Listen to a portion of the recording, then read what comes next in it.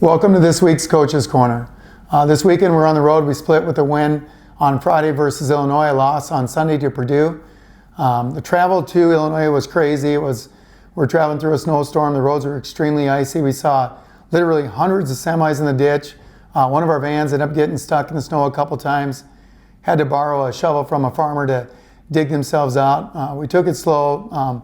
Thankfully, everybody made it there safely. In general, over the weekend, I thought our team wrestled pretty flat. We were disappointed with that. There's a few guys that got a couple wins.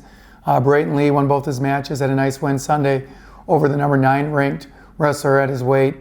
Bailey O'Reilly wrestled really well. I thought he continues to wrestle, the way we want guys to wrestle, high effort, firing a lot of shots, scoring a lot of points. On Friday, he got a major decision win for us. It was something in the duel that probably wasn't that big of a difference we talked about, but the momentum that it created was positive. And if you want to be successful at the Big Tens and the NCAAs, you got to score bonus points. And so it's awesome seeing him do those things. Brayton Lee also Gable Stevenson also picked up a couple big wins, getting a pin and a tech fall. So he continues to do what he does. In general, the margin for error is just so small at these weekends, and you see it. You have one guy out, like a guy like Berglund, and you need other guys to step up and make the difference, and we didn't get it done. You see other programs in the country that are struggling with a guy out, top teams, and they're losing duels. So we're not the only one dealing with it. But our confidence and our depth with some of these guys at these other weights is that our number 2s and 3 guys can come in, and we expect those guys to get those wins.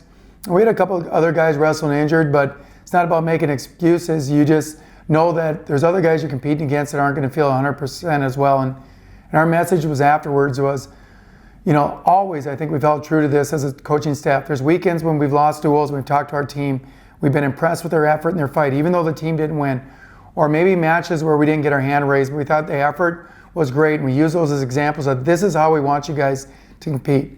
But this weekend, especially on Sunday with our loss to Purdue, multiple guys, it looked like Purdue was willing to give them the win. We're going after guys, we're getting in on multiple shots, and multiple times letting guys roll under and stalemate that position, not taking the points, not finishing the takedown, not making those adjustments. That is what we were disappointed in.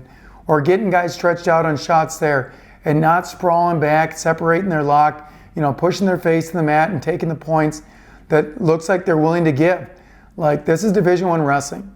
Guys aren't going to make it easy, but sometimes you get that opportunity. A guy breaking isn't just him completely quitting, it's him giving you a position. We had those positions multiple times, we didn't take it. So that was the things that we were disappointed in. It's not about the result as much as it is about the effort, the commitment during the match. And I think as a coaching staff, that's something that we've always held true to.